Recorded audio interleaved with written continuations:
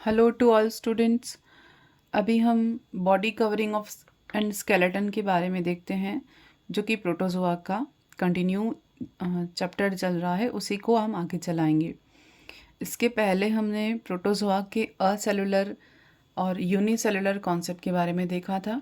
अभी हम इसकी बॉडी कवरिंग यानी शरीर के आवरण और इसके स्केलेटन के बारे में देखते हैं। हम पूरे फाइलम की एक डिटेल स्टडी कर रहे हैं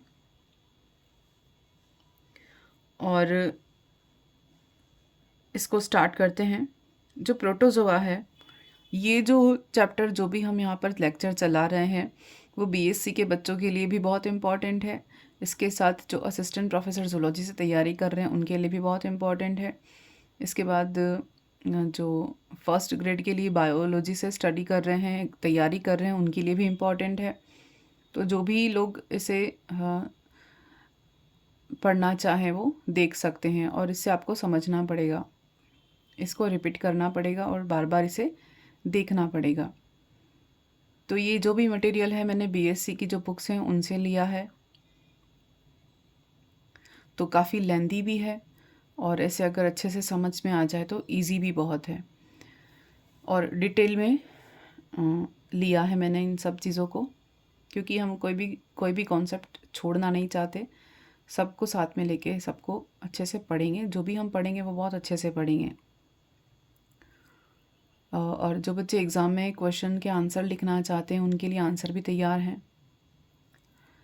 तो हम शुरू करते हैं कि प्रोटोजोआ जो है, कोशिका के अंदर होने वाला जो कोशिका द्रव्य होता है वो चारों ओर से एक आवरण में बंद रहता है। यानी कि प्रोटोजोआ में जो सेल है, यानी कि एक यूनिसेलुलर ऑर्गेनिज्म जो है, उसके अंदर होने वाला जो साइटोप्लाज्म या कोशिका द्रव्य है चारों ओर से कवरिंग में बंद रहता है, जिसको हम बॉडी कवरिंग कहते हैं। ये जो कवरिंग के कारण ये बाहर जो आउटर कांटेक्ट है एटमॉस्फेयर से थोड़ा सा अलग हो जाता है, क्योंकि एक एनवेलप बन जाता है, cell envelope. This cell of special importance as this covering protects the body from harmful influences of external environment, यानी कि बाहरी वातावरण के जितने भी हार्मफुल इन्फ्लुएंसेस हैं, यानी कि बाहर जो हानिकारक प्रभाव है उनसे ये अलग हो सकता है, अलग हो जाता है, यानी इसको सुरक्षित रखता है कोशिका को। कौन? Outer covering. अब हम देखेंगे कि आउटर कवरिंग में क्या क्या प्रेजेंट है। ये जो हानिकारक प्रभाव से बचाती है जो बाहरी आवरण, ये अपने आर पार पदार्थों का नियंत्रित आदान प्रदान होने भी देता है। यानी कि क्या कह रहे हैं कि कवरिंग प्रोटेक्शन तो देता है, साथ ही अगर आवश्यक कुछ एनवायरनमेंट में मटेरियल प्रेजेंट है, कुछ मॉलिक्यूल या कुछ भी फ्लूइड प्रेजेंट है, तो उसको सेल के अंदर अलाउ करेगा और उसे, और बॉडी के बाहर अगर भी कुछ एक्सक्रीट करना है तो उसे भी एक्सक्रीट करने में हेल्प करेगा। यानी कि एक अच्छे से हेल्दी कम्युनिकेशन स्थापित हो जाएगा और केमिकल स्टिमुलाई से भी इसको प्रोटेक्ट करेगा, स्टिमुलाई भी प्राप्त होंगे। तो ये जो हम बॉडी कवरिंग के बारे में अब देखते हैं कि क्या क्या चीज़ें इसमें शामिल हैं, क्योंकि ये जो कवरिंग है वो गैसियस एक्सचेंज के लिए भी होती है और एक्सक्रीटा को हटाने के लिए भी हेल्पफुल है। अब हम देखते हैं सबसे पहले प्लाज्मा लेमा। प्लाज्मा लेमा क्या है? प्रोटोजोआ के कुछ मेंबर हैं, जैसे कि अमोइबा है, क्रिस अमोइबा है, स्पोरोजोआ है। उनमें जो बॉडी कवरिंग होती है वो एक पतली सी प्लाज्मा मेम्ब्रेन या प्लाज्मा लेमा हम कहते हैं, उससे कवर्ड होती है। इसका जो कंपोजिशन है वो किसका होता है? ये लिपिड की बनी होती है और प्रोटीन की अल्ट्रास्ट्रक्चर की दो परतों की बनी होती है। ये जो मेम्ब्रेन है, इस मेम्ब्रेन की फ्लेक्सिबिलिटी के कारण जो प्राणी या एनिमल या ऑर्गेनिज्म है वो अपनी क्या करेगा, अपनी साइज में, शेप में चेंज करता रहता है, अपनी आकार में परिवर्तन करता रहता है। और क्योंकि ये कैसी होती है, प्लाज्मा लेमा फ्लेक्सिबल होती है। और इस तरह ये जो मेम्ब्रेन है वो किससे बनी होती है? म्यूकोपॉलीसेकेराइड से बनी होती है, जिसको हम ग्लाइकोकैलिक्स भी बोलते हैं। ग्लाइकोकैलिक्स से जो फ्लेक्सिबिलिटी या हम कहेंगे स्टिकी सब्सटेंस जो होता है, वो स्टिकी सब्सटेंस क्या करेगा, लॉन्गिट्यूडिनल जो, यहाँ पर स्ट्रक्चर बनेंगे, रिजिस बनेंगे, उससे ये अन्य स्ट्रक्चर भी बन जाती हैं जो कि क्या करेंगे, न्यूट्रिशन के टाइम पे वो लॉन्गिट्यूडिनल रिजेस जो बनी है वो बैक्टीरिया को एनगल्फ करने के लिए और अपने उनके फूड मटेरियल को पकड़ने के लिए हेल्प करेंगे।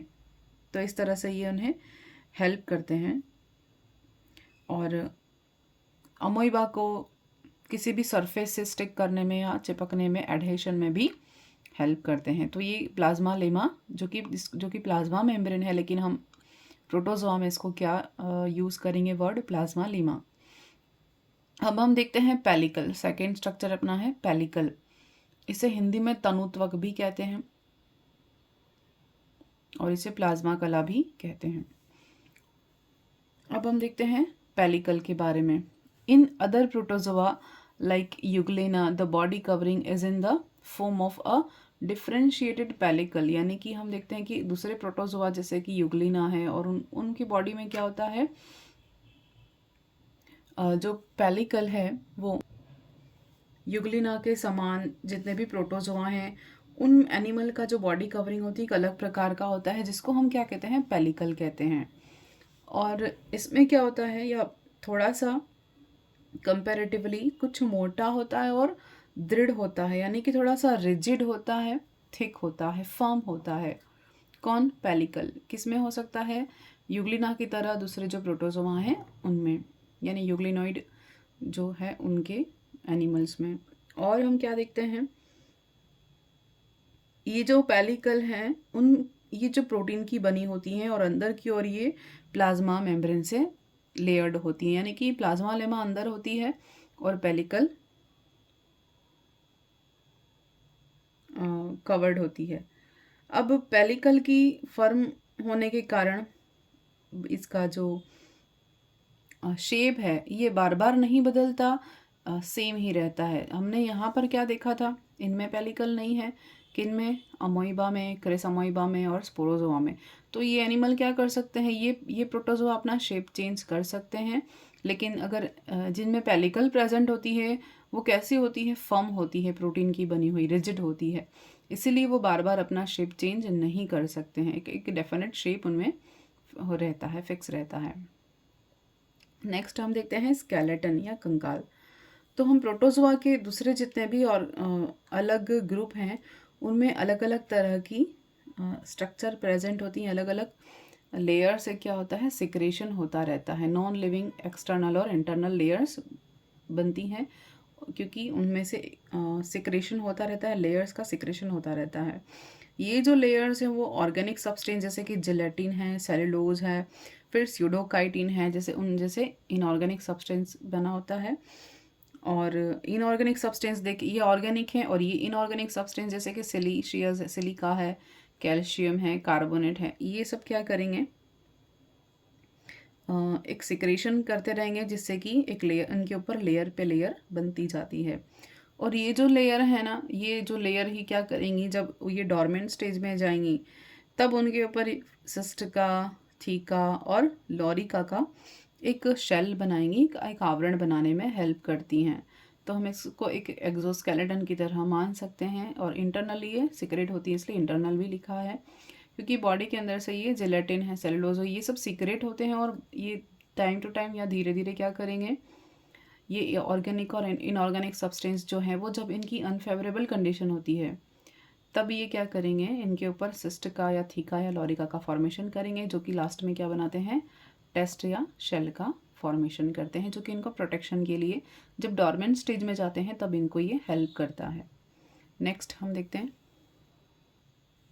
अब सबसे पहले हम सिस्ट के बारे में देखते हैं। हम तीनों स्ट्रक्चर के बारे में देखेंगे, सिस्ट, थीका, लॉरिका, इन सभी के बारे में देखेंगे। तो फर्स्ट है अपना सिस्ट। सिस्ट कैसी है, एक अस्थाई, इसको हिंदी में पूटी कहेंगे, एक टेम्परेरी शीट है, एक अस्थाई आवरण है। Is formed both in free living and parasitic protozoa, यानी कि फ्री लिविंग और पैरासिटिक प्रोटोजोआ दोनों में ये फॉर्मेट हो सकती है। When they pass into a dormant stage, जब ये कौन से स्टेज में जाएंगे, सुप्त अवस्था में या डॉर्मेंट स्टेज में जाएंगे, तब इनमें ये फॉर्मेशन होती है। Exhaustion of body supply, drought and putrefaction favour encystment, यानी कि हम क्या करेंगे, कैसी अवस्था में, जब कि भोजन की कमी हो जाएगी, फूड सप्लाई कम हो जाएगा, लैक ऑफ फूड। फिर प्यूट्रिफिकेशन यानी सिस्ट फॉर्मेशन वाली अवस्था होती है ये। और जब खाने की कमी हो जाएगी या ड्राई हो जाएगा पूरा एनवायरनमेंट, तब क्या फॉर्मेशन होता है, सिस्ट का फॉर्मेशन होता है। वो कैसे होता है, हमने पिछले पेज में देखा कि इनऑर्गेनिक और ऑर्गेनिक सब्सटेंस इनमें से रिलीज होते हैं, जो क्या करेंगे, इनके ऊपर एक टेम्परेरी शीट का फॉर्मेशन करेंगे, जिसको हम सिस्ट का कहते हैं। दूसरा हम देखते हैं थीका। थीका क्या है, ऐसे मेनी डायनोफ्लैजिलेट्स प्रोटोजोआ होते हैं जिनकी बॉडी पर क्या होता है, एक चिपका हुआ या एक एडहेसिव सेलुलोज की कवर बन जाती है, जिसको हम क्या कहते हैं, आर्मर बोलते हैं। तो एक ऐसी आर्मर जो बन जाती है किनमें, डायनोफ्लैजिलेट्स प्रोटोजोआ में, और किसकी बनी होती है, सेलुलोज की बनी होती है, जिसको हमने क्या कहा है, थीका बोला है। In some form theca is composed of 2 walls. कुछ ऑर्गेनिजम्स में क्या है कि ये बाईवॉल्ड होता है, और मोस्ट ऑफ फ्लैजिलेट्स में कैसे, जैसे कि सेरेशियम है, और दूसरा है ग्लेनोडिनियम है, उनमें क्या हो सकता है, ये जो प्लेट्स हैं वो बहुत ज़्यादा भी बन सकती हैं। कुछ में 2 बनती हैं और किसी में ये ज़्यादा भी बन सकती हैं। ये प्लेट एक कहेंगे एक फिक्स्ड पैटर्न में और एक विभिन्न कलाकृत में यानी स्कल्पचर्ड होती हैं, या ऑर्नामेंटेड यानी अलग अलग अलंकृत या अलग अलग ऑर्नामेंटेड ढंग से ये डिज़ाइंड होती हैं, जो कि दिखने में सुंदर लगता है, तो और थोड़ा सा यूनिक लगता है। इनका जो स्कल्पचर्ड होता है या ऑर्नामेंटेड यानी कि बहुत ही अलंकृत तरीके से इनकी थीका का फॉर्मेशन होता है, जो किस में होता है, डायनोफ्लैजिलेट्स में होता है, और किससे होता है, सेलुलोज से होता है, और इसको क्या बोलते हैं, थीका बोलते हैं। चिपचिपा सब्सटेंस कवच जो कहा है उसको आर्मर हम कहते हैं। नेक्स्ट हम देखते हैं लॉरिका। लॉरिका को हम हिंदी में वर्मिका भी कहते हैं। लॉरिका जो है, ये जो कवरिंग है वो ऑर्गेनिज्म के या प्रोटोजोआ के ऊपर थीका के कंपैरिजन में कुछ ढीला होता है, यानी थीका जो होता है थोड़ा रिजिड हो सकता है, लेकिन ये जो लॉरिका होती है वो थोड़ी सी लेस फिट होती है, यानी कि थोड़ा सा ढीला कंपोजिशन हो सकता है, जो कि लॉरिका कहलाता है। किसका बना होता है, ये जिलेटिन का बना होता है। किसका बना है ये, जिलेटिनस या टैक्टिनस सब्सटेंस का बना होता है। इनकी जो स्ट्रक्चर होती है वो एक प्याले के समान या एक फूलदान के समान होती है, कप लाइक स्ट्रक्चर होती है, और इनमें एक छिद्र होता है, एक पोर होता है, एक ओपनिंग होती है। इस ओपनिंग से ऑर्गेनिज्म क्या करता है, अपने बॉडी का कुछ पार्ट बाहर की ओर एमर्ज करेगा, निकालेगा बाहर की ओर, अपने बॉडी का अपेंडेजेस या कुछ भी ऐसा ऑर्गन अपने बॉडी के बाहर निकालेगा। कहाँ से, उस ओपनिंग से। फिर कुछ ऑर्गेनिजम्स में जैसे जो कि सेसाइल होते हैं, उनमें जो लॉरिका है उसका आधार नीचे से चिपक जाता है, जैसे फेकस है, सेल्पिन गोइका है, उनमें चिपका हुआ रहता है। और किसी किसी में स्टॉक प्रेजेंट होता है, जैसे कि हम कह सकते हैं मोनोसिगा। अब हम देखते हैं जो लॉरिका कॉलोनी ऑर्गेनिजम्स होते हैं, यानी कि लॉरिका जिनमें प्रेजेंट होती है, ऐसे कुछ कॉलोनियल या समूह में रहने वाले प्रोटोजोआ हैं, उनमें हर एक ऑर्गेनिज्म का जो लॉरिका है दूसरे ऑर्गेनिजम्स के लॉरिका से डायरेक्टली अटैच्ड रहता है, जुड़ा हुआ रहता है, और डायरेक्टली जुड़ा हुआ रहेगा, और या एक स्ट्रेटम के द्वारा या एक स्टॉक के द्वारा जुड़ा हुआ रहेगा। तो जैसे इसका एग्जांपल अगर हम देखें, पोटेरियोडेंड्रोन इसका एग्जांपल है। इसमें क्या कहा है, लॉरिका जो कि थीका से थोड़ी ढीली कवरिंग होती है, जो कि जिलेटिन या टैक्टिनस की बनी होती है, और वास या कप लाइक इनका स्ट्रक्चर होता है, एक ओपनिंग होती है जहाँ से एनिमल अपना बॉडी का कुछ पार्ट बाहर की ओर निकालता है। जो इनका बेस होता है वो क्या होता है, सेसाइल होता है, यानी कि आधार से चिपके हुए रहते हैं। और लॉरिका जो है वो दूसरे ऑर्गेनिज्म की लॉरिका से क्या हो जाती है, अटैच हो जाती है, डायरेक्टली अटैच हो सकती है, या किसी स्टॉक के द्वारा या व्रंत के द्वारा वो अटैच हो सकती है। तो ये तीसरी कवरिंग थी किसकी, हमने स्केलेटन के बारे में देखा था, तो तीसरा टाइप है इसका। फर्स्ट हमने देखा सिस्ट, सेकेंड है थीका और थर्ड है लॉरिका। अब हम देखते हैं यहाँ पर शेल और स्टॉक। प्रोटोजोआ में कुछ कुछ में या मोस्ट ऑफ में कवरिंग या ये शेल या टेस्ट प्रेजेंट होता है। ये जो कवरिंग होती है ये कभी किसी किसी में टाइट हो सकती है, किसी में एक लूजली पैक्ड हो सकती है, और इसमें कुछ पोर्स भी होते हैं, कुछ छिद्र भी होते हैं जिसमें से ऑर्गेनिज्म बाहर की ओर निकल सकता है आसानी से। और जैसे कि ऑर्सिला में कवच जो होता है या शेल है वो अमीबा में पतला होता है, ऑर्सिला में भी पतला होता है, और काइटिन का बना होता है या टेक्टिन का बना होता है या स्यूडोकाइटिन का बना हो सकता है। तो कि सब में अलग अलग होता है, टेक्टिन का या स्यूडोकाइटिन का बना हो सकता है, किसी में काइटिनस होता है कवरिंग। और दूसरे प्राणियों में हम कह सकते हैं जैसे फोरामिनीफेरेंस में कवच के टुकड़े या स्पंजों की कंटिकाओं के बने होते हैं, जो कि हम कह सकते हैं कि इनके जो मैटरनल फ्लूइड है वो इनको जोड़ने के लिए एक सीमेंट की भांति कार्य करते हैं, क्योंकि इसमें क्या प्रेजेंट होता है, मैट्रिक्स प्रेजेंट होता है। तो हम देखें कि फोरामिनीफेरेंस प्रोटोजोआ हैं, उनके द्वारा क्या होता है, कैल्शियम कार्बोनेट के बने जो कैल्केरियाई कवच हैं उसको सिक्रेट किया जाता है। फिर हम देखें तो